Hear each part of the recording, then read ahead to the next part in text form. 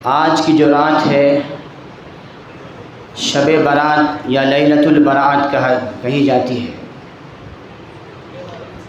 شب برات احادیث کے الفاظ میں اس کو لیلۃ النصف من شعبان کہا گیا، یعنی 15ویں شعبان کی رات۔ اس سلسلے میں مجھے آپ حضرات سے چند باتیں عرض کرنی ہیں۔ سب سے پہلی بات تو یہ ہے کہ یہ رات فضیلت والی رات ہے، اہمیت والی رات ہے، مقام اور مرتبے والی رات ہے، نفلی عبادت والی رات ہے۔ اس رات میں اللہ تعالی آسمان دنیا کی طرف متوجہ ہوتے ہیں اور اپنے بندوں کو مغرب سے لے کر کے سورج ڈوبنے سے لے کر کے صبح صادق تک یوں پکارتے رہتے ہیں کہ ہے کوئی مجھ سے مغفرت مانگنے والا، ہے کوئی مجھ سے بخشش طلب کرنے والا، ہے کوئی مجھ سے معافی مانگنے والا کہ میں اس کو معاف کر دوں، اس کی بخشش کر دوں، اس کی معافی کو قبول کر لوں۔ ہے کوئی مجھ سے روزی تلاش کرنے والا جس کو میں روزی دے دوں۔ ہے کوئی مجھ سے اپنی حاجتیں مانگنے والا اس کی میں حاجت کو پوری کر دوں۔ یہ اعلان صبح صادق تک ہوتے رہتا ہے، حالانکہ اللہ رب العزت ہر دن یہ اعلان فرماتے ہیں تہجد کے وقت میں، لیکن خاص طور پر اس رات میں شب برات کی رات میں اللہ کی رحمت اور دنوں کے مقابلے میں بہت زیادہ متوجہ ہوتی ہے۔ شب قدر کے دن اس سے بھی زیادہ متوجہ ہوتی ہے۔ تو اللہ کا یہ خصوصی انعام ہے، تحفہ ہے۔ اللہ چاہتے ہیں کہ میرے بندے جو ہم سے دور ہو جاتے ہیں، سال سال بھر اللہ سے دور دور رہتے ہیں، نماز کو نہیں آ پاتے، سجدے کو نہیں آتے، مسجد کو نہیں آ پاتے، اللہ چاہتے ہیں کہ سب کو اجتماعی طور پر سب بندوں کو ایک ایسا موقع دیں کہ ہر بندہ اس کے اندر شوق اور ذوق کے ساتھ عبادت کر سکے۔ شب برات اسی لیے ہے کہ اللہ ہر ایک سے پرائیویٹ ملاقات کرنا چاہتے ہیں۔ اس سلسلے میں احادیث کے اندر تقریباً 10 احادیث ہیں، اور بھی بہت ساری حدیثیں ہیں، لیکن وہ سب بہت کمزور یا بہت موضوع ہیں، ان کا کوئی اعتبار نہیں۔ علماء بیان فرماتے ہیں کہ 10 احادیث اس سلسلے میں ہیں روایتوں کے اندر، اور اس میں 7 حدیثیں تھوڑی کمزور ہیں، 3 حدیثیں بہت صحیح ہیں۔ لیکن یہ ساری حدیثوں کو ملاتے ہیں تو اتنا معلوم ہوتا ہے کہ آج کی رات عبادت کی رات ہے، اہمیت کی رات ہے۔ اکابرین، بزرگان دین، اولیاء کرام، صحابہ کرام اور اس کے بعد کے تمام لوگ اس رات کو بہت غنیمت سمجھتے تھے اور اس رات کو عبادت کے ساتھ گزارا کرتے تھے۔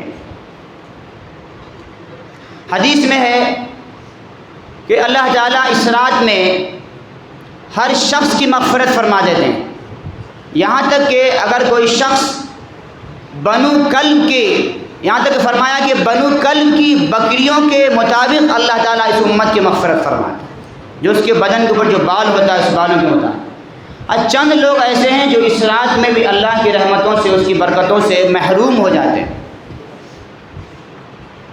اللہ کے نبی صلی اللہ علیہ وسلم نے ان سب لوگوں کی فہرست بیان فرمائی، فرمایا ہر ایک شخص کی اس رات میں مغفرت کر دی جاتی ہے سوائے ایک شخص کے، چند شخصوں کے، چند لوگوں کے۔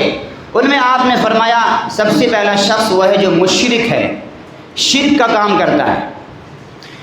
تو چونکہ آپ یہاں پہ جمع ہیں اور دیکھو، جب بتانے والا اگر آپ کو بتائے تو پورے اعتماد کے ساتھ اس بات کو ماننی چاہیے۔ اگر بھروسہ ہے تو ماننا چاہیے، بھروسہ نہیں ہے تو آپ پھر کہیں بھی جا سکتے۔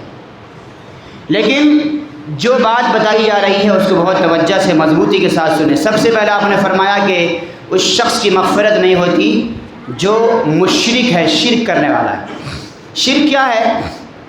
اللہ کی ذات میں کسی کو شریک ٹھہرانا، یا اللہ کی صفات خاصہ میں کسی کو شریک ٹھہرانا۔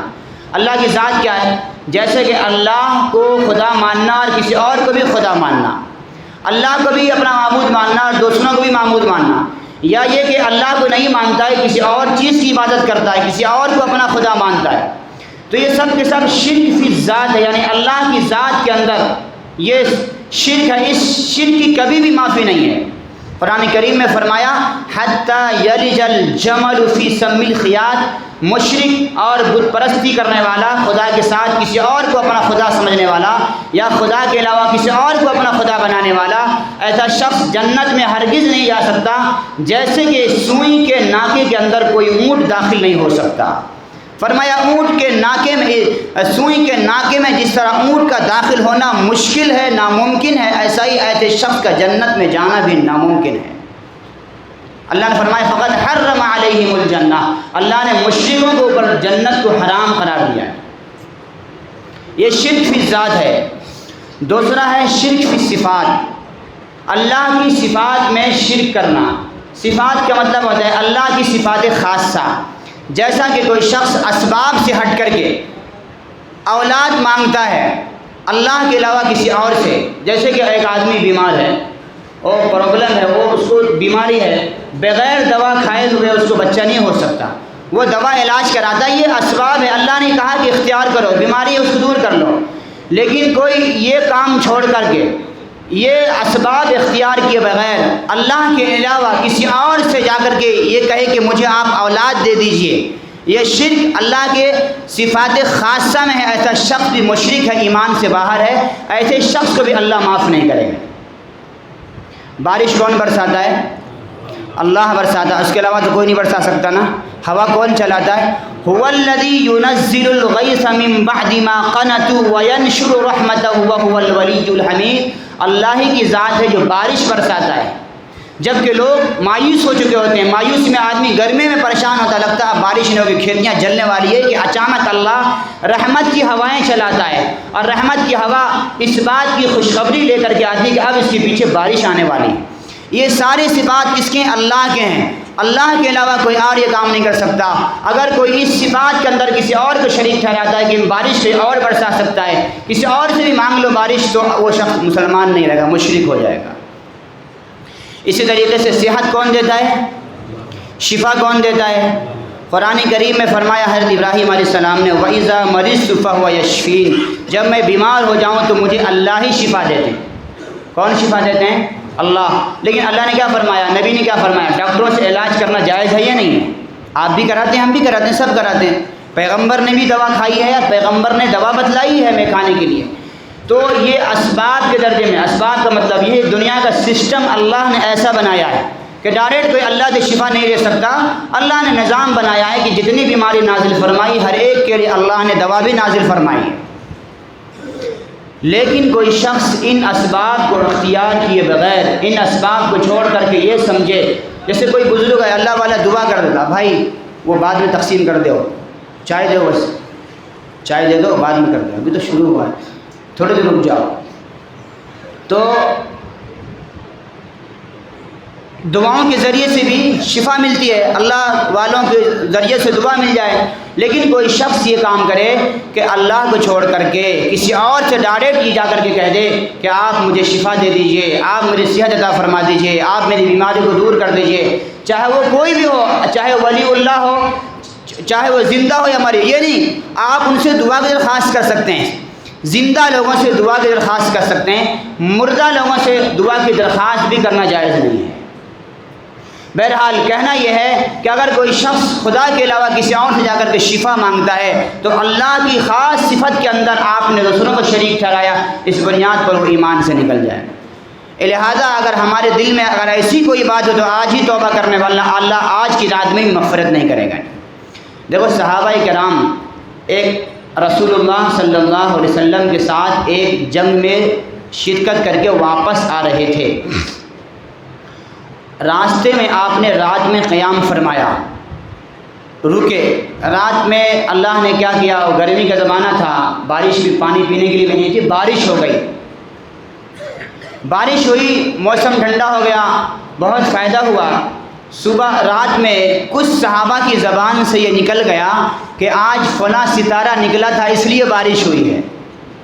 وہ پہلے سے جاہلوں کا خیال تھا، زمانہ جاہلیت کے مشرکوں کا۔ صحابہ کرام میں سے کچھ صحابی کی زبان سے یہ نکل گیا، ان کو معلوم نہیں تھا۔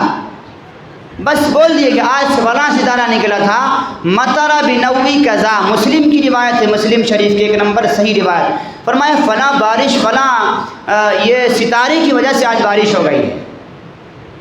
صبح ہوئی، نماز کے بعد حضور جب صحابہ کی طرف متوجہ ہوئے تو فرمایا آج کچھ لوگ رات میں اس حال میں صبح کی ہے کہ وہ مسلمان نہیں تھے، کافر ہو گئے تھے۔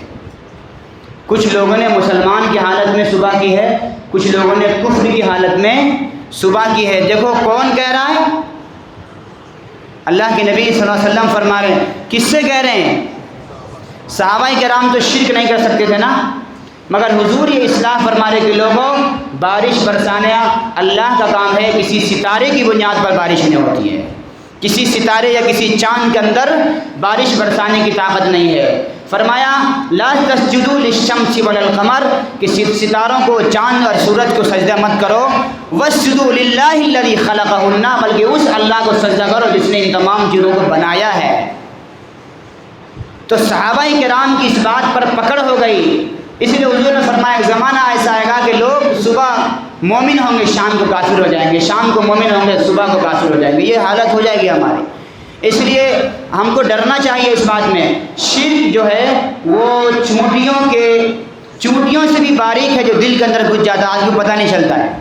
حسن بصری رحمۃ اللہ علیہ کے بارے میں یہ مشہور ہے کہ جب حضرت کا انتقال ہوا تو قبر کے اندر ان سے سوال کیا گیا کہ تم دنیا سے کیا لے کر کے آئے ہو؟ تو حضرت حسن بصری نے فرمایا کہ یا اللہ میں توحید لے کر کے آیا ہوں۔ توحید کا مطلب ہے کہ میں اللہ کے علاوہ کسی کو شریک نہیں ٹھہرایا تھا، یا اللہ تیرے ذات و صفات میں نے کسی کو نہیں مانا تھا۔ تو جواب کیا ہے معلوم ہے؟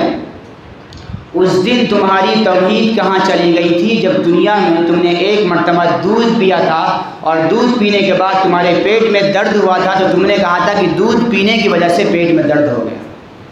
کیا فرمایا؟ کہاں چلی گئی تھی تمہاری توحید؟ تو پیٹ میں درد ہوا، غلط چیزیں کھانے سے آدمی کو بدہضمی ہو جاتی ہے، مگر اصل بات یہ ہے کہ یہ درد کس کی طرف سے آیا؟ تو ایسا معاملہ ہے کہ ہم کو بہت زیادہ محتاط رہنے کی ضرورت ہے، بہت ڈرنے کی ضرورت ہے۔ اللہ ہمارے آپ سب کی اور پوری امت مسلمہ کی شرک سے حفاظت فرمائے۔ تو ہم ہمیشہ آپ کو صحیح بات، سچی بات، صاف ستھری، چاہے اس میں کوئی ناراض ہو جائے، کوئی خوش ہو جائے، توحید کے مسئلے میں کبھی بھی کسی کی رعایت کیے بغیر کسی کو راضی اور خوش کرنے کی نیت سے نہیں، بلکہ اللہ کو راضی کرنے کی نیت سے ہم کہتے ہیں، چاہے کوئی خوش رہے یا ناراض رہے۔ لہذا میرے بھائیوں، پتہ نہیں اس کے بعد آپ کے سامنے بولنے کا موقع ہو یا نہ ہو، زندگی کی کچھ پتہ نہیں، کیونکہ اس رات کے اندر یہ بتایا گیا ہے کہ اس رات میں فیصلہ کیا جاتا ہے، ارادہ کیا جاتا ہے کہ اگلے سال تک کا پورا بجٹ تیار کیا جاتا ہے۔ بجٹ تیار اس رات میں کیا جاتا ہے اور شب قدر میں پیش کیا جاتا ہے، شب قدر میں فائنل کر دیا جاتا ہے۔ اس رات سے تیاری شروع ہوتی ہے۔ اب پتہ نہیں کہ کون زندہ رہے گا، کون مرے گا۔ ہم میں سے بہت سے لوگ تھے پچھلے سال ہنستے ہوئے، مسکراتے ہوئے یہاں موجود تھے، مگر آج وہ موجود نہیں ہے۔ پتہ نہیں آئندہ آپ کے سامنے یہ بولتی ہوئی زبان رہے یا نہ رہی، پتہ نہیں ہے۔ اس لیے جو بات ہو ہمیشہ اپنے آپ کو حدیث میں کہ مردوں میں شمار کرنا چاہیے۔ اپنی موت کو سامنے رکھ کر کے میں آپ سے یہ بات عرض کر رہا ہوں کہ انشاءاللہ آپ حضرات اپنی توحید پر انشاءاللہ مضبوطی سے جمے رہو گے، مضبوطی سے جمے رہیں گے انشاءاللہ۔ دیکھو میں ہمیشہ کہتا ہوں کہ توحید کے مسئلے میں اللہ کے واسطے کہتا ہوں، جنت میں اگر جانا ہے، واقعتاً اللہ سے ملاقات کرنی ہے خوشی کے ساتھ، تو میرے بھائیوں شرک کے مسئلے میں کسی سے کوئی کمپرمائز نہیں کرنا، چاہے دنیا ایک طرف ہو جائے، رشتہ دار چھوٹ جائے، بھائی بہن سب چھوڑ جاؤ، اللہ نہیں چھوٹے۔ قیامت میں اللہ یہ کہہ دے، توحید تو یہ ہے کہ خدا حشر میں کہہ دے یہ بندہ دو عالم سے خفا، یہ بندہ دو عالم سے خفا میرے لیے، یہ بندہ ساری دنیا سے ناراض ہو گیا تھا مجھے راضی کرنے کے لیے، اللہ خود کہہ دے قیامت میں، یہ تب جا کر کے توحید کا حق ادا ہو پائے گا۔ ماں گھر سے نکال رہی ہے، یہ کہہ رہی ہے کہ بیٹا اگر تو ایمان سے نہیں پھرے گا تو میں زہر کا پیالہ پی جاؤں گی، میں کئی دن تک کھانا نہیں کھایا ماں نے، لیکن صحابہ نے کہا ایمان کے مقابلے میں ماں تیری کوئی حیثیت نہیں ہے، کیونکہ تجھ سے بڑھ کر کے تجھے پیدا کرنے والوں کو ہم دیکھنے والے ہیں۔ اس لیے توحید کے مسئلے میں میرے بھائیوں دوستی میں، رشتہ داری میں اور خاندان میں اور سماج میں بالکل نہیں جھکنا، بالکل نہیں تو اپنے ہاتھ سے جنت کھو دو گے آپ۔ اللہ ہم سب کی حفاظت فرمائے۔ کہیں بھی ہم بولتے ہیں نا، ہمارے علماء لکھتے ہیں کتابوں میں کہ قبر کے اوپر اگر جاتے ہو تو صرف قبر پر جانے کا ایک ہی حکم ہے، وہاں جا کے سلام کرو اور ان کے لیے دعائے خیر کرو، ان کے لیے دعائے خیر کرو۔ یہ نہیں کہ قبر والوں سے کہیں آپ ہمارے لیے دعا کریے، مجھے بیٹی ہو جائے، مجھے بیٹا ہو جائے، میری شادی ہو جائے، مجھے بیٹے کو رشتہ مل جائے۔ قبر والوں سے یہ نہیں کہنا، قبر والوں سے جا کر کے دعائیں کرانے کا نہیں ہے، قبر والوں کے لیے دعا کرنے کا حکم ہے۔ کہیں بھی پورے حدیث کے اندر نہیں ہے، قرآن کے اندر نہیں ہے کہ قبر والوں سے دعا مانگنا ہے یا ان سے مانگنا ہے۔ وہ تو مر کر کے اس کی کیا حالت ہے تو خدا جانتا ہے، ہم کیوں جا کر کے اس سے مانگے؟ وہ قبر والے کس سے مانگتے تھے؟ اللہ سے مانگتے تھے، ہم بھی اللہ سے مانگیں گے۔ آج ہماری دعاؤں کے محتاج ہیں، اس لیے اگر وہاں جائیں، کسی بھی مزار پر، کسی بھی قبرستان میں، کسی بھی بزرگ کے، منع نہیں ہے جانا چاہیے، یہ ہمارے موت کو یاد کرنے والی، تازہ کرنے والی چیز ہے، مگر وہاں پر صرف دعا کام ہے، سلام کریں، ان کے لیے دعائیں مغفرت کر کے اور اپنے لیے دعائیں مغفرت اللہ سے کر کے گھر کو واپس آ جائیں، اس کے آگے کچھ نہیں ہے۔ اور عورتوں کا جانا تو بالکل حرام ہے۔ آج کل یہ سب کے سب شرک کے اڈے بن چکے ہیں۔ مسلمان اور کافر ان دونوں میں کیا فرق رہے گا جب خدا کے علاوہ؟ آج رات اللہ سے مانگنے کی ہے، مگر آج کی رات میں بھی بہت سے لوگ خدا سے مانگنے کے بعد پھر قبروں پہ جا کے کیوں مانگیں گے؟ یہ شرک تک پہنچانے والی چیزیں، ان سے آپ کو بچنا ہے انشاءاللہ۔ تھوڑی تھوڑی باتوں کی وجہ سے آپ ایمان سے نکل جائیں گے۔ تو حضور نے فرمایا آج کی راتوں میں اللہ مشرک کی مغفرت نہیں کرتے۔ نمبر 2، جو شخص دل میں کینہ رکھتا ہے، کیا رکھتا ہے؟ کینہ رکھتا ہے۔ آپ نے فرمایا کہ ہر پیر اور جمعرات کو اللہ کے دربار میں بندوں کے اعمال پیش کیے جاتے ہیں، سب کی مغفرت ہو جاتی ہے، مگر جو شخص دل میں کینہ رکھتا ہے، جو آپس میں بھائی بھائی سے لڑائی کی وجہ سے دل میں ایک دوسرے کی دشمنی رکھتا ہے، اللہ کہتے ہیں ان کو چھوڑ دو، جب تک کہ آپس میں مل کر کے نہیں آتے اس وقت تک ان کی مغفرت نہیں کی جائے گی، ان کے اعمال کو پینڈنگ کر دیا جاتا ہے۔ آج کی رات میں بھی نبی پاک صلی اللہ علیہ وسلم نے ارشاد فرمایا کہ ان لوگوں کی مغفرت نہیں ہوتی ہے جو ایک دوسرے کے خلاف دل کے اندر کینہ رکھتے ہیں، چاہے وہ کسی سے بھی رکھو، کسی بھی مسلمان سے، چاہے وہ عالم ہو، جاہل ہو، پڑھا لکھا ہو اور نہ پڑھا لکھا ہو، رشتہ دار ہو، غیر رشتہ دار ہو، آپ کا اپنا ہو، دور کا ہو، کسی بھی مسلمان سے اگر دل کے اندر کینہ ہے، آج ہی توبہ کریں اللہ سے، ورنہ آج بھی مغفرت سے محروم ہو جائیں۔ جو لوگ ایک دوسرے کو گرانے کی اور ان کو برباد کرنے کی اور ان کو ختم کرنے کی اور ان کو بگاڑنے کی سازشیں کرتے رہتے ہیں، مکر کرتے رہتے ہیں، چالیں کرتے رہتے ہیں، ان تمام کو یاد رکھنا چاہیے کہ اللہ تمہارے مکر سے، تمہاری چالوں سے، تمہاری شیطانی خیالات سے واقف ہیں۔ اللہ جب پکڑنے پر آئیں گے تو تمہاری خیرت نہیں رہے گی، یہ ہم کو سمجھ لینا چاہیے۔ حضور نے فرمایا اللہ کی لعنت ہو اس شخص کے اوپر جو لوگوں کے لیے بری چالیں چلتا ہے، بری تدبیریں بناتا ہے اور دل میں کینہ رکھتا ہے۔ اللہ کی لعنت ہو۔ کون بد دعا دے رہے ہیں؟ اللہ کے نبی صلی اللہ علیہ وسلم۔ آپ نے فرمایا کہ سب سے اچھا مومن کون ہے؟ ان خیار عباد اللہ، اللہ کے سب سے اچھے بندے وہ ہیں کہ جب ان کو دیکھو تو اللہ یاد آ جائے، اور فرمایا سب سے برے وَإِنَّ شِرَارَ خَلْقِ اللَّهِ وَعِبَادِ اللَّهِ، الفاظ میں مختلف ہے، فرمایا اللہ کی مخلوق میں، اللہ کے بندوں میں سب سے زیادہ ناپسندیدہ، برے اور بدتمیز وہ لوگ ہیں کہ وہ ایک دوسرے کی غیبت کرتے رہتے ہیں، ایک دوسرے کی چغلخوری کرتے رہتے ہیں، ایک دوسرے کے پیٹھ پیچھے برائی کرتے رہتے ہیں، ایک دوسرے کے بارے میں حسد کرتے رہتے ہیں، ایک دوسرے کے بارے میں دل میں کینہ رکھتے ہیں۔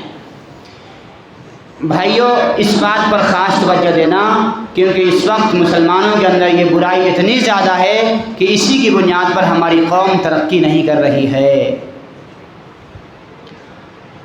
ہمارے اندر ٹانگ کھینچنے کا، ایک دوسرے کو گھسیٹنے کا، ایک دوسرے کو گرانے کا اتنا جذبہ ہے کہ میں کچھ نہیں کہہ سکتا،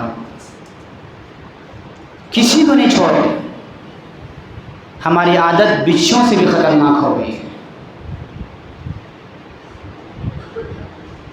سامنے ملے تو مسکراتے ہیں، پیار سے باتیں کرتے ہیں، محبت سے ہاتھ ملاتے ہیں، اور دل کے اندر کینہ چھپا ہوا ہوتا ہے۔ اللہ مغفرت کرے گا ایسے لوگوں کی۔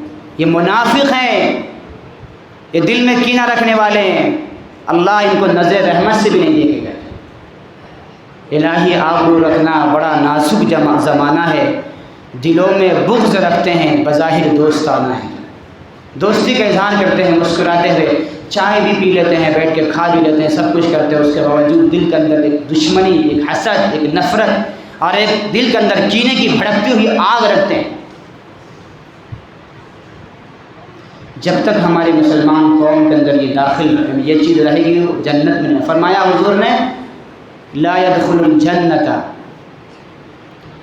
وہ شخص جنت میں نہیں داخل ہوگا جس کے دل کے اندر کینہ ہوگا، حسد ہوگا اور چغل خوری کا مادہ ہوگا۔ قرآن کریم میں ہے کہ اللہ جب جنت میں داخل کریں گے نا تو سب سے پہلے اس کے دل سے کینہ کو نکالیں گے۔ کینہ پرور شخص جنت میں جا ہی نہیں سکتا۔ چھوٹے چھوٹے کاروباری ہیں، تھوڑی سی ترقی ہوئی، اس کو لوگ دیکھ دیکھ کر کے جلنے لگے کہ ارے واہ، اس کے پاس بھی گاڑی آ گئی، اس کے پاس بھی گھر خرید لیا، اس کے پاس بھی کیا ضرورت۔ ہم مسلمان کا کام یہ تھا اس کو دیکھ کر کے خوش ہوتے مسکراتے کہ اللہ تجھے اور ترقی دے۔ حدیث میں کیا ہے، جب کسی مسلمان کو مسکراتا ہوا دیکھو تو کیا دعا دو، اضحک اللہ سنک، اللہ تجھے ہمیشہ یوں ہی خوش رکھے، آباد رکھے۔ یہ کس نے سکھایا تھا؟ تاکہ دل کے اندر کینہ رہے۔ یہ حکم کیوں دیا تھا السلام علیکم ورحمۃ اللہ، جب کسی کو دیکھو تو سلام کرو؟ کیوں؟ یہ بتانے کے لیے کہ میرے بھائی میں تیرے لیے دعا کرتا ہوں کہ اللہ تجھے سلامت رکھے، تجھے عافیت سے رکھے، میرے دل میں تیرے بارے میں کوئی کینہ نہیں ہے۔ یہ اس بات کی علامت تھی، مگر ہماری زبان جھوٹ بولتی ہے، ہم زبان سے سلام کرتے ہیں اور دل کے اندر کینہ ہوتا ہے۔ منافقت ایک دوسرے کے خلاف اتنا زیادہ ہے کہ کچھ نہیں۔ ہمارے ہی لوگوں میں سے ایسے ہوتے ہیں، ہماری قوم کے لوگ ہوتے ہیں اور ہماری قوم کو ڈبانے کے لیے چالیں چلتے رہتے ہیں۔ آپ کو بتائیں، شروع زمانے سے آج تک اس قوم کو سب سے زیادہ نقصان ہمارے اپنے لوگوں سے ہوگا، منافقین سے ہوگا۔ ٹیپو سلطان کو کس نے مروایا؟ مسلمان تھے کہ ہندو تھے؟ وہ بنگال کے راجا، اس کو کس نے مروایا؟ مسلمان نے مروایا۔ بڑے بڑے ائمہ، امام اعظم کو، ابو حنیفہ رحمۃ اللہ علیہ کو، امام مالک کو، امام شافعی کو، امام احمد بن حنبل کو، سب تکلیفیں کس نے دی؟ مسلمانوں نے۔ امام حسین کو کس نے مارا؟ ہر زمانے میں ہم یہی کرتے آ رہے ہیں، کب تک کرتے رہیں گے ہم یہ؟ لاک ڈاؤن کے زمانے میں ہمارے کچھ بھائی، میں ایک بتا رہا ہوں، لشکر محلے میں ایک گھر کے اندر ایک بیل ذبح ہوا، میں بھی گوشت لینے پہنچا تھا، سب لوگ جاتے تھے۔ لاک ڈاؤن میں سب سے زیادہ مزہ گوشت کھانے میں آیا، نہیں؟ ہم بھی لے کر گئے۔ گھر کے اندر بیچارہ، کس کی خدمت ہو رہی تھی؟ ہماری ہی نا؟ کس کی ہو رہی تھی بھائی؟ ہماری ہی ہو رہی تھی نا۔ مگر ایک شخص پولیس اسٹیشن میں جاتا ہے، محلے والوں کو خبر نہیں کہ اس گھر میں بیل کاٹا گیا ہے، مگر ایک شخص جاتا ہے، پولیس میں انفارمیشن کر دیتا ہے کہ فلاں گھر میں فلاں جگہ پر، پورا ایڈریس دے کے بھیجتا ہے کہ یہاں پر ایک بیل کاٹا گیا ہے۔ پولیس آتی ہے، پولیس حالانکہ یہ منع نہیں تھا، نہ رکاوٹ تھی اس کے بارے میں، کوئی قانون نہیں، کوئی پولیس والا پکڑ نہیں سکتا تھا، مگر ان کو جب موقع مل رہا ہے کہ خود یہی لوگ آ کر کے یہ کام کر رہے ہیں، پولیس آتی ہے اور 60-70 ہزار روپے اس سے جرمانہ وصول کرتی ہے۔ وہ اتنا پیسہ اس میں بھی نہیں جما سکتا تھا جتنا پیسہ اس نے جرمانے میں بھرے، خواہ مخواہ کے جرمانے میں۔ یہ کرنے والے کون ہیں؟ ہمارے لوگ ہیں۔ ابھی میں ایک واقعہ پڑھا تھا، ایک صاحب کہہ رہے تھے کہ میرا ایک دوست ہے، پولیس کا ایک بڑا ہیڈ کا، جو ایس پی کے قریب جو ایک پولیس کا ڈپارٹمنٹ ہوتا ہے، اس کا بڑا ایک آدمی سے اس کی دوستی تھی۔ وہ کہہ رہا تھا کہ میں اس کے پاس بیٹھا ہوا بات چیت کر رہا تھا، دوستی سے ملاقات کرنے کے لیے گیا تھا، اس نے مجھے چائے وائے پلایا. کہہ رہا میں چائے پیتے پیتے تھوڑی دیر کے بعد میرا ایک دوست، میرے اور ایک پہچان کا دوست اس پولیس والے سے ملنے کے لیے آیا. تو میں اس کے کہا کہ میں چھپ جاتا ہوں، میں اس کے پاس ابھی ملاقات کرنا نہیں چاہتا، میں ذرا پیچھے چلا جاتا ہوں. تو اس نے کہا ٹھیک ہے آپ پیچھے چلے جائیں. پیچھے چلا گیا وہ، اور کھڑکی سے دیکھ رہا ہے کہ کیا باتیں چل رہی ہیں. یہ شخص کہتا ہے کہ میرے پولیس والے دوست کے پاس وہ جو دوسرا دوست ہے وہ آیا، اور وہ ایک مسلمان کے بارے میں جو اس کا پڑوسی ہے، اس کا ہی دوست ہے، وہ اس کے بارے میں کہہ رہا ہے کہ دیکھو اس شخص نے ایسا ایسا کام کیا ہے فلاں جگہ پر، اگر آپ اس کی گاڑی پر ریڈ مارتے ہو، اگر آپ اس کو پکڑ لیتے ہو تو میں آپ کو اتنا کچھ دینے کو تیار ہوں. یہ کہتا ہے کہ پولیس کہتی ہے کہ میں کیسے پکڑوں گا اچانک سے، وہ تو قانونی طور پر سارے کاغذات اس کے پاس ہوں. کہا نہیں، میں اس کو فلاں فالودہ کی دکان پر میں دوست کو بلاؤں گا فون کر کے، ہم دونوں فالودہ کھاتے رہیں گے، اس وقت تم اچانک آ جانا اور پکڑ لینا. مجھے بھی تم تھوڑا ڈرانا، میں بھی تھوڑا سا ناٹک کروں گا اور ایسا سمجھوں گا جیسے مجھے کچھ فائدہ پہلے سے معلوم ہی نہیں تھا. یوں اس طریقے سے اس کو پکڑنا، گرفتار کرنا، اس کو کسی بھی طریقے سے اس کو برباد کرنا. یہ پولیس والے کو رشوت دے کے گیا، اور پولیس نے اسی طریقے سے جب یہ بات چیت ہو گئی وہ چلا گیا. اس کا جو دوست چھپا ہوا تھا وہ سامنے آیا اور کہا کہ ایسا ہے یہ آدمی، میں تو اس کو بہت اچھا سمجھتا تھا، میں تو بہت دیندار سمجھتا تھا. کہا اس پولیس والے نے کہا میرے دوست، میرے پاس زیادہ تر جو شکایت لے کر کے آتے ہیں وہ مسلمان ایک دوسرے کے خلاف لے کر کے آتے ہیں. کہا پورے پکڑوانے میں، پورے غلط کام کروانے میں یہ تمہارے لوگوں کا ہاتھ ہے. ہم کو بھی کھلاتے ہیں، خود تو کچھ نہیں کرتے، برباد ہوتے ہیں، اس کو بھی برباد، صرف اس لیے کہ اس کے پاس ایک اچھی سی گاڑی آ گئی ہے بس. ان منافقوں کو، قوم کے ان دشمنوں کی یاد رکھنا چاہیے کہ کل قیامت کے دن تمہیں خدا کے سامنے پیش ہونا ہے. کیا منہ دکھاؤ یاد رکھنا. سب سے بدترین انسان وہ ہے جو دو چہرے والا ہوتا ہے، ادھر بھی بولتا ہے ادھر بھی بولتا ہے، ادھر بھی اچھا ادھر بھی اچھا. یہ ہماری قوم سے جب تک ختم نہیں ہوگا تب تک ہماری قوم ترقی نہیں کر سکتی. حجاب کا مسئلہ بھی آیا نا، حجاب کے مسئلے میں ہمارے ہی لوگ تھے نا جو حجاب کے خلاف بھی بول رہے تھے، ہمارے لوگ تھے بہت سارے. تو بھائیوں، آج کے اس محفل میں ہم سب سے کہیں نہ کہیں کسی نہ کسی درجے میں یہ ایسے تھوڑے چھوٹے موٹے الٹے سیدھے کام ہو جاتے ہیں یا ہو سکتے ہیں جو ہو جائیں. اپنے آپ کو بچانا بھی ہے اور انشاءاللہ یہ کام کرنا بھی نہیں ہے. اگر کسی سے ہو گیا تو آج اللہ کے سامنے توبہ کرو کہ اللہ مجھے توبہ کر دے، مجھے معاف کر دے، میری توبہ ہے، آج کے بعد سے میں گناہ نہیں کروں. اور آپ نے کسی کو ایسا کر کے تکلیف پہنچایا ہم میں سے کسی نے، تو جا کر کے آج ہی اس سے معافی مانگ لے. تیسرا وہ شخص جو قاتل ہے، کسی کو قتل کیا ہے بغیر وجہ کے، تو ایسا شخص بھی اللہ اس کو آج کے رات میں معاف نہیں کرتے. چوتھا شخص وہ ہے جو اپنے والدین کا نافرمان ہو. والدین کی نافرمانی کرنے والوں کو بھی اللہ تعالیٰ آج کی رات میں معاف نہیں کرتے جب تک کہ ماں باپ کو راضی نہ کر دے وہ. اس لیے اگر کسی کے والد اور ماں دنیا میں نہیں ہے تو ان کے لیے ایصال ثواب کر کے ان کو اللہ سے معافی مانگ لیں. اور اگر کسی کی زندہ ہے تو آج ہی پاؤں پکڑ کے معافی مانگ لیں کہ اللہ مجھے آج اللہ کے لیے معاف کر دو، ورنہ آج خدا بھی مجھے معاف کرنے کو تیار نہیں. اس لیے میرے بھائیوں، جن کے بھی والدین زندہ ہیں ان کے پاؤں دھو کر کے، ان کے پاؤں پکڑ کے، ہاتھ پاؤں پکڑ کے کسی بھی طریقے سے معافی مانگا لو، ورنہ انجام اچھا ہونے والا نہیں ہے. کتنے بھی آگے بڑھ جاؤ، کتنے بھی آگے چلے جاؤ، ماں باپ سے آگے نہیں بڑھ سکتے. یاد رکھنا، ماں باپ ناراض ہے تو ساری دنیا تم سے ناراض ہو جانے والی ہے. کوئی عذاب دنیا میں اتنا جلدی نہیں آتا جتنا جلدی کے ماں باپ کو ستانے والوں کو آتا ہے. اس لیے ماں باپ کے ستانے والے آج معافی مانگ لے، ورنہ آج بھی اللہ اپنی رحمت سے محروم کر دے گا. کتنے ہو گئے؟ 4 کی 5. 4. پانچواں شخص مدمن خمر کا لفظ ہے، جو شخص بھی بہت زیادہ شراب پیتا ہے.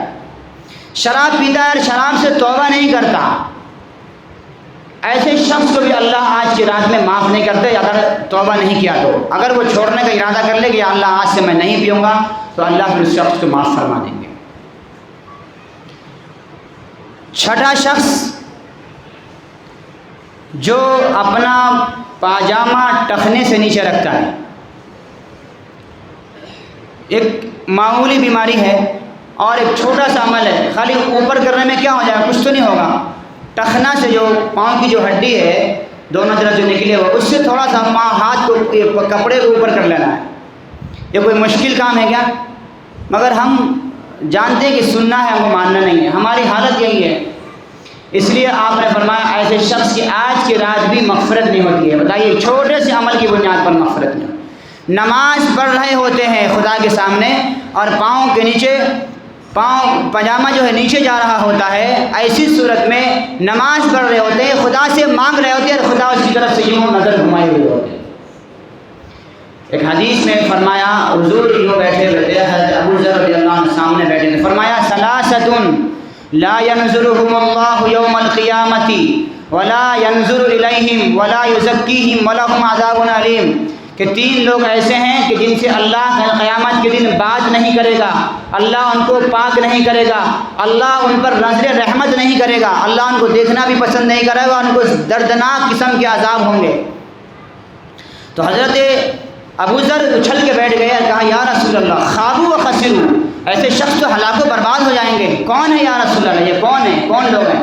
فرمایا المسبل الازار، پاجامہ ٹخنے سے نیچے لٹکانے والا، المنان، احسان کر کے احسان جتلانے والا، اور فرمایا المنفق سلعتہ بحلف الکاذب، کہ جھوٹ بول کر کے اپنی کاروبار کو، تجارت کو آگے بڑھانے والا۔ اللہ ایسے لوگوں کی طرف نظر رحمت بھی نہیں کرے گا، ان سے بات بھی نہیں کرے گا، ان کو پاک بھی نہیں کرے گا اور دردناک عذاب دے گا۔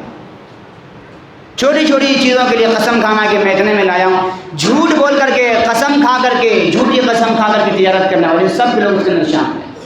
لہذا اس سے بھی ہم سب توبہ کرتے ہیں، اللہ ہم سب کو معاف فرمائے۔ کبھی ہم سے اگر پاؤں پاجامہ نیچے ہو گیا اور ان کو اوپر کر لیجیے اس کو۔ اس کے بعد اسی طریقے سے اس شخص کو جو غیبت کرنے والا ہوتا ہے، اللہ اس کو بھی آج کی رات میں معاف نہیں کرتے۔ سود کھانے والے، بڈی کھانے والے، اگر وہ لوگ اس حرام خوری سے توبہ نہیں کرتے ہیں تو اللہ آج کی رات میں ان کی بھی مغفرت نہیں فرماتے۔ تو یہ کئی لوگ ہیں جن کا تذکرہ اللہ کے نبی صلی اللہ علیہ وسلم نے فرمایا۔ ہمیں یہ دیکھنا ہے کہ ہم اس میں شامل ہیں یا نہیں۔ اگر شامل ہیں تو اللہ سے سچی پکی توبہ کریں، اور اگر شامل نہیں ہیں تو اللہ کا شکر ادا کریں۔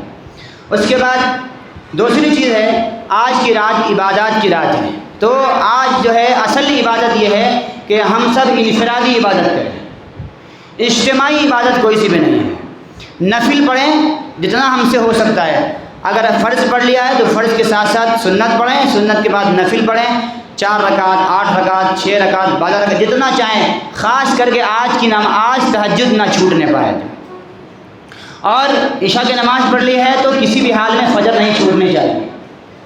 فجر چھوٹ گئی تو آپ کی رات بیکار ہو جائے گی۔ اگر آپ عشاء پڑھ لیے جماعت سے اور فجر پڑھ لیے اور پوری رات نہیں جاگے تو بھی اللہ آپ کو اس رات کا ثواب عطا فرما دے گا، لیکن ساری رات نفل پڑھے اور فجر نہیں پڑھے تو ساری رات بیکار ہو گئے۔ آج ہمارے ہاں نفلوں میں آگے بڑھنے کا، نفل پڑھنے کا بہت شوق ہے، لیکن فرض نہیں پڑھتے، حالانکہ فرض سب سے اہم ہے۔ کتنے لوگ عصر کی نماز پڑھے تھے آج ہم میں سے؟ کتنے لوگ مغرب کی نماز پڑھے تھے؟ ذرا سوچیے تھوڑی دیر کے لیے۔ فرض کے اندر ہم بہت سستی کرنے والے ہیں، نفل کے اندر ہم پورے جمع ہو جاتے ہیں۔ بہرحال اتنا تو اگر آپ پڑھ رہے ہیں، اللہ اس کو ایسا بنا دے کہ اس کے ذریعے سے آپ کو فرض پڑھنے کی بھی توفیق ہو جائے ہم سب کو۔ تو نفل عبادت خاص طور پر اپنے گھروں میں کرنے کی کوشش کریں، بیوی بچوں کے ساتھ بیٹھ جائیں، یاسین پڑھیں، دوسری جو بھی تلاوت ہو سکتی ہے وہ کریں، اور اللہ سے رو کے دعا کریں۔ خاص طور پہ آج لمبی دعائیں مانگیں، 1-2 گھنٹے کی دعا اللہ سے رو کر کے مانگیں، اپنے پچھلے اگلے سارے گناہوں کو یاد کریں، اور اس بات کا خیال کریں کہ مجھے مرنا ہے، اللہ کے سامنے جانا ہے، یا اللہ جب تجھ سے ملاقات ہو تو اس طرح ملاقات ہو کہ آپ بھی مجھ سے راضی اور میں بھی آپ سے راضی ہو جاؤں۔ یہ اس تمنا کے ساتھ دعائیں کریں، لمبی دعائیں کیجیے، اور اس کے بعد تھوڑی دیر ہو سکتا ہے کہ سو جاؤ اور پھر فجر کی نماز میں آؤ۔ مسجد میں جو لوگ عبادت کریں گے، اگر اس وجہ سے کہ اپنے گھر میں جگہ نہیں ہے تو دیکھو مسجد میں علماء منع کرتے ہیں عبادت کرنے سے۔ کیوں منع کرتے ہیں؟ کیونکہ اصل میں یہ جو ہے نا نفل نماز پرائیویٹ ملاقات ہے۔ کیا ہے یہ؟ پرائیویٹ ملاقات، نہیں سمجھ رہے؟ فرض نماز سرکاری نماز ہے، اللہ کا حکم ہے سب آؤ، اور نفل کیا ہے؟ یہ ملاقات اللہ چاہتے ہیں کہ میں ہر بندوں سے الگ الگ ملاقات کروں، ہر بندہ مجھ سے پرسنلی ملاقات کرے، مجھ سے الگ تنہائی میں ملے۔ یہ نفل عبادت کا مطلب ہوتا ہے۔ تہجد کبھی جماعت سے نہیں پڑھی جاتی، وہ کس لیے نہیں پڑھی جاتی؟ اس لیے کہ تاکہ اللہ سے الگ الگ ملاقات ہو۔ تو اس لیے یہ مسجد میں پڑھنے سے علماء منع کرتے ہیں۔ کیوں؟ اس لیے کہ جب مسجد میں لوگ نماز پڑھتے ہیں تو جب اجتماع ہوتا ہے تو تنہائی جو اللہ چاہتے تھے وہ تنہائی تو نہیں ہو پاتی نا۔ دوسری بات یہ کہ ایک آدمی نماز پڑھ رہا ہوتا ہے، دوسرا وہاں پہ پانی پی رہا ہوتا ہے، یہ توہین ہے کہ نہیں ہے؟ بولو نا۔ سکون سے نماز پڑھنا، ایک آدمی وہاں پہ سو رہا ہے، ایک آدمی وہاں پہ کھانا کھا رہا ہے، دو آدمی وہاں پہ بیٹھ کے باتیں کر رہے ہیں، تو یہ مسجد کی بھی توہین ہے، اسرات کی بھی توہین ہے، اور یہ سمجھو کہ آپ عبادت کے لیے نہیں، جاگنے کے نام پر ہم غلط کام کر رہے ہیں۔ اس لیے اگر جو لوگ بھی مسجد میں اگر نماز پڑھیں گے، اس شرط کے ساتھ پڑھیں گے کہ آپ میں سے، ہم میں سے کوئی بھی یہاں پر سوئے گا نہیں، ٹھیک ہے؟ نہیں بول رہے، نہیں سوئے گا یہاں پر کوئی۔ سو کر کے چلو 2 رکعت نماز پڑھ لیں گے، پڑھ لیا اب تھوڑا سو جاتا ہوں، پھر جا کے گھر میں سونا، یہاں پر سو کر کے پھر جاگنے کی ضرورت نہیں۔ کس نے کہا آپ کو یہاں پہ عبادت کرنے کے لیے؟ عبادت گھر میں کیجیے، یہ آرام بھی گھر میں کرنا ہے۔ یہاں اگر پڑھنا ہی ہے اپنا اپنا پڑھیے، لیکن یہاں پر کھانے کا سسٹم، سونے کا سسٹم، بیٹھنے کا سسٹم بلا وجہ، اور آپ وہاں پہ کھڑے کھڑے بات کر کے رات گزارنا، 3 بجے تہجد پڑھیں گے، ابھی 2 بج رہا، چلے 1 گھنٹہ بات کر لیتے ہیں، 1 گھنٹہ چائے پی لیتے ہیں، گپ مار لیتے ہیں، یہ طریقہ سنت کے خلاف ہے، مسجد کے ادب کے خلاف ہے۔ اس لیے اس پر عمل ہوگا انشاءاللہ آج۔ اور اس اوپر میں بھی جاگے نہیں، اوپر میں بھی، اوپر کا حصہ بھی مسجد ہی ہے، اس لیے جو لوگ عبادت کر رہے ہیں کرو الحمدللہ، لیکن سونے کا ماحول نہ بنائیں تاکہ دوسروں کو بھی عبادت میں سستی نہ پیدا ہو جائے۔ ایک تو دوسری بات یہ ہے، اس رات میں قبرستان جانے کا معاملہ ہے۔ تو میں پہلے بھی عرض کیا تھا آپ کو پچھلے سال بھی کہ دیکھو ایک ہی حدیث ہے جس میں حضور کے بارے میں ہے کہ حضور قبرستان گئے تھے، مگر وہ خاموشی سے گئے تھے، آپ نے کسی کو بتایا نہیں تھا، اور نہیں پھر آپ اس کے بعد پھر کبھی قبرستان نہیں گئے، نہ کبھی صحابہ گئے۔ لہذا آج کی رات میں قبرستان جانا سنت نہیں ہے، ثواب نہیں ہے، سنت سمجھ کر کے جانا صحیح نہیں ہے۔ قبرستان جانا بہت اچھی بات ہے، ہر دن جانا چاہیے، موت کی یاد کرنی چاہیے، اپنے انجام کو دیکھنا چاہیے کہ یہی لوگ تھے جو کل چہکتے تھے، بولتے تھے، یہ سب کچھ تھا ان کے پاس، آج وہ مٹی میں پڑے، مجھے بھی یہی مٹی ملنا ہے، مجھے یہیں پہ آنا ہے۔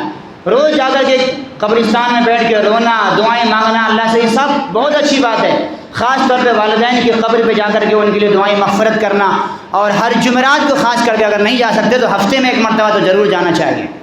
لیکن آج کی رات میں جانا یہ سنت نہیں ہے۔ یہ جو لوگ بھی جاتے ہیں بس ان کو معلوم نہیں ہے۔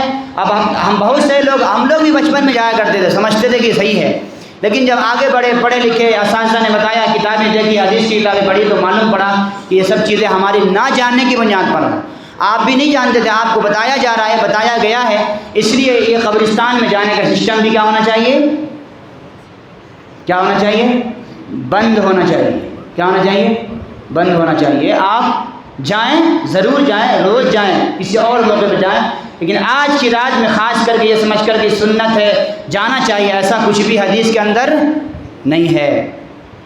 اسی طریقے سے یہ 4 باتیں ہیں، 3 باتیں ہو گئی آج کے بعد۔ آج جو نفل عبادت کریں گے اس میں خاص کر کے تہجد پڑھیے اور صلاۃ التسبیح پڑھیے، اگر ہو سکتا ہے، پڑھ سکتے ہیں تو پڑھو، اللہ سے توبہ کرو، معافی مانگو، مگر کوئی ایسی نماز آج کے لیے خاص نہیں ہے کہ ہم 4 رکعت ایسا نماز پڑھنا ہے کہ اس میں پہلی رکعت میں اعلان کے بعد 11 مرتبہ قل هو اللہ پڑھنا ہے، 12 مرتبہ قل یا الکافرون پڑھنا، اس طرح کی کوئی نماز آج کے لیے حضور نے بتائی نہیں ہے۔ اس لیے جس کو جتنا ہو سکتا ہے، جتنی توفیق ہوتی ہے، وہ آج عبادت کریں، ٹھیک ہے؟ کریں گے انشاءاللہ، بتائیں گے انشاءاللہ۔ تو بہرحال یہ جو آج کی رات ہے اس کو صرف عبادت کو ساتھ گزاریے، اور پوری امت کے لیے، پورے ملک کے لیے، اپنے لیے بھی، میرے لیے بھی، سب کے لیے دعا فرمائیں انشاءاللہ۔ اور اسی کے ساتھ میں پھر ایک مرتبہ عرض کروں گا کہ اگر ہم میں سے کسی کے دل میں بھی کسی کے بارے میں بھی کینہ ہو تو ابھی نکالیں۔ ایک چیز اور میں چھوڑ دیا اس میں کہ جو رشتہ داروں کے ساتھ جو غلط سلوک کرتے ہیں، صلہ رحمی نہیں کرتے، رشتہ توڑتے ہیں، تو ایسے لوگوں کی بھی آج کی رات میں مغفرت نہیں ہوتی ہے۔ اس لیے اگر کوئی اپنے باپ سے ناراض ہے، یا باپ بیٹے سے ناراض ہے، یا بھائی بھائی سے ناراض ہے، یا ماں بیٹے کی ناراضگی ہے، تو ان سب کو دور کرنا چاہیے، کیونکہ حضور نے فرمایا جس قوم کے اندر، جس جماعت میں بھی کوئی رشتہ دار رشتہ توڑ کر کے بیٹھنے والا ہوتا ہے تو اللہ کی رحمت اس پر نہیں اترتی ہے۔ ایک مرتبہ حضور دعا فرما رہے تھے، یہ بات بیان کر رہے تھے کہ اس میں سے ایک صحابی اٹھ کر کے چلے گئے اور تھوڑی دیر کے بعد آئے۔ حضور نے پوچھا کہ میں نے یہ حدیث بیان کی تو کوئی تم میں سے نہیں اٹھا، صرف ایک شخص اٹھا، آخر ماجرا کیا ہے؟ تو اس نے بتایا یا رسول اللہ میری خالہ سے میری لڑائی ہو گئی تھی، میں نے جب یہ حدیث سنی تو میں نے سوچا کہ میرے رہتے ہوئے حضور کی مجلس میں بھی حضور کی دعا قبول نہیں ہوگی، اس لیے میں اٹھ کے باہر چلا گیا، جا کے اپنے خالہ کو منا کر کے آیا ہوں، یا رسول اللہ آرام سے بیٹھ سکتا ہوں۔ تو جب حضور کی مجلس میں بھی رشتہ داری توڑنے والوں کی دعائیں قبول نہیں ہوتی ہے تو بتائیے آج کی ہماری مجلس کا کیا حال ہوگا۔ تو یہ چند باتیں ہیں جو ہم سب کو کرنا ہے انشاءاللہ۔ باقی جو چیزیں اس موقع پر کی جاتی ہیں، جیسے دلی وغیرہ میں، یو پی وغیرہ میں آج کے دن مسلمان نماز نہیں پڑھتے، کیا کرتے ہیں صرف کپڑے پہن کر کے اچھے نہا دھو کر کے سڑکوں پہ نکلتے ہیں، جیسے کل ہولی ہے نا، اسی طریقے سے مسلمان اس کو ہولی کا دن بنا دیتے ہیں، باہر میں گھومتے ہیں، پٹاخے پھوڑتے ہیں۔ الحمدللہ ہمارے یہاں یہ سب نہیں ہوتا۔ آپ حضرات بڑے خوش نصیب ہیں کہ اللہ نے بہت سارے خرافات سے آپ کو بچایا ہوا، الحمدللہ بولو اس کے اوپر۔ آپ کو اللہ نے اس طرح کی جو خرافات ہے جو ادھر پھیلے ہوئے ادھر نہیں ہیں، آپ اتنا ہی تو کرتے ہو کہ نماز پڑھ کے یہاں پہ جمع ہو جائے، نماز کے لیے جمع ہوتے ہو، بیان سن کے پھر اپنی عبادتوں میں لگ جاتے ہیں، اللہ کا بڑا انعام ہے۔ ورنہ تو ایسی حالات ہیں اب جا کے آپ کو پتہ چلے گا کہ اسلام کا مذاق اڑایا جاتا ہے، اس لیے ان چیزوں سے ہم کو بچنا چاہیے، اللہ نے ہم کو بچایا ہوا ہے۔ اسی طریقے سے بہت ساری چیزیں پکانے کی کھانے کی ہوتی ہیں، سب پکاؤ سب کھاؤ سب کچھ کرو، لیکن اس کو ضروری سمجھ کر کے، فرض سمجھ کر کے، شعبان کا حصہ ہے ضروری سمجھ کے نہیں کرنا۔ خاص طور پہ جو آج ہم سوجی کھاتے ہیں، سو جی کیا ہے لفظ، سو جی، کھانا کھاؤ اور سو جی، سو جاؤ جی، یہ تو آپ کھائیں گے پیٹ بھاری ہوتا ہے، گرمی ہوتی ہے اور سو جاتے ہیں۔ جب ہم کو نیند نہیں آتی تھی پڑھنے کے زمانے میں تو سوجی کھا لیتے تھے، سو جاتے تھے۔ تو بہرحال منع نہیں ہے، کھاؤ کھلاؤ سب کو بانٹو، لیکن اتنا نہیں کھانا کہ نماز پڑھنے میں دقت شروع ہو جائے، پریشانی شروع ہو جائے۔ تو یہ چند باتیں آپ سے میں نے عرض کر دی ہے، انشاءاللہ اس پر ہم سب عمل کرنے کی کوشش کریں گے۔ اور آخر میں 2-3 جملے میں جو کل کا جو حجاب کے مسئلے میں جو پورے کرناٹک میں جو لوگوں نے، آپ سب نے، ہم سب نے مل کر کے اس بند کو جو کامیاب بنایا تھا، اس پر آپ سب کا کمیٹی کی جانب سے، ہماری طرف سے، امیر شریعت کی جانب سے شکریہ ادا کیا ہے۔ اللہ آپ سب کو جزائے خیر عطا فرمائے۔ اور آئندہ بھی انشاءاللہ جب بھی اس کی ضرورت پڑے گی، امیر شریعت کی طرف سے آواز آئے گی یا ہمارے بزرگوں کی طرف سے کوئی ہم کو کہا جائے گا تو انشاءاللہ ہم سب کرنے کو تیار ہوں گے۔ ہمارے دین کا مسئلہ، قرآن کا مسئلہ ہے، ایمان کا مسئلہ ہے، حجاب کا مسئلہ ہے، جب بھی یہ سب چیزوں پر آواز اٹھتی ہے ہم سب کو مضبوط ہونا چاہیے۔ ہاں ڈرنا نہیں چاہیے، مایوس نہیں ہونا چاہیے، حالات کیسے بھی آئیں گے انشاءاللہ حالات کو اللہ پلٹیں گے، لیکن ایک شرط کے ساتھ کہ ہم سب دین پر خود چلنے والے بن جائیں، کوئی ہم کو دین پر چلنے کے لیے کسی کی طرف سے مجبور نہیں کرنا پڑے، اور اگر ہم نہیں چلیں گے تو کوئی زمین سے کوئی قوم نہیں نکلے گی، آسمان سے کوئی قوم برسے گی نہیں، ہم کو ہی عمل کرنا۔ اگر ہم نہیں کریں گے تو اللہ ہماری جگہ پر دوسری قوم کو اٹھا کر کے لے آئیں گے۔ اس لیے ہم سب کو آج اپنے دل سے کینہ کو نکال کر، بغض کو نکال کر کے، ایک دوسرے سے معافی مانگ کر کے، اور اللہ کو سچے دل سے اللہ کو منانا ہے، نماز پڑھنی ہے اور توبہ استغفار کرنی ہے۔ میری طرف سے میں سال بھر آپ حضرات کو جمعہ کے بیانات میں اور ایسے ویسے کبھی سخت جملے کہہ دیتا ہوں، کبھی بڑے بات کہہ دیتا ہوں، لیکن دیکھو جب ایک آدمی کسی کی بھلائی چاہتا ہے، نصیحت چاہتا ہے، تو کچھ کڑوی باتیں بھی کہہ دیتا ہے، کچھ اچھائی کی باتیں کہتا ہے۔ واللہ کبھی بھی دل کے گہرائی سے بات کہتا ہوں کہ کبھی کسی کو ذلیل کرنے کے لیے، کسی کو چھوٹا کرنے کے لیے، کسی کو لوگوں کے سامنے گرانے کے لیے کبھی کوئی بات نہیں کی گئی، نہ ہم نے کبھی کسی کو ٹارگیٹ کیا، نہ نشانہ بنایا، فلاں قوم فلاں چیز فلاں لوگ، ایسا نہیں۔ لیکن جو بات ہوتی ہے حق کی یا سچائی، وہ آپ کو کہی جاتی ہے، وہ کہتے رہیں گے انشاءاللہ جب تک اللہ سانس رکھا ہوا ہے۔ اور یاد رکھو کیا ہوتا ہے، جو لوگ بھی حق بات بولتے ہیں ان سے سب لوگ خوش ہو جائیں یہ ضروری نہیں ہے۔ ہر زمانے میں جو علماء حق ہیں اور جو صحیح بات بولنے والے ہیں ان کے لوگ مخالف ہوتے ہی ہیں، اور ان مخالفتوں ہم کو ڈرنا بھی نہیں چاہیے، کسی بھی عالم کو نہیں ڈرنا چاہیے، کسی مسلمان کو بھی نہیں ڈرنا چاہیے۔ اللہ سے لوگ راضی نہیں ہیں، سارے لوگ اللہ سے راضی نہیں ہیں، سارے لوگ اللہ کے نبی سے خوش نہیں ہیں، بہت سے لوگ اللہ کے نبی سے ناراض ہیں یا نہیں ہیں؟ تو ہمیں اپنے دین کے مسئلے میں کسی کا منہ دیکھ کر کے، کسی کا چائے پی کر کے، کسی کا کھانا کھا کر کے دین کو بدلا نہیں جا سکتا، بگاڑا نہیں جا سکتا۔ جو صحیح ہے، خالص ہے، وہی چیز آپ کو پہنچائیں گے۔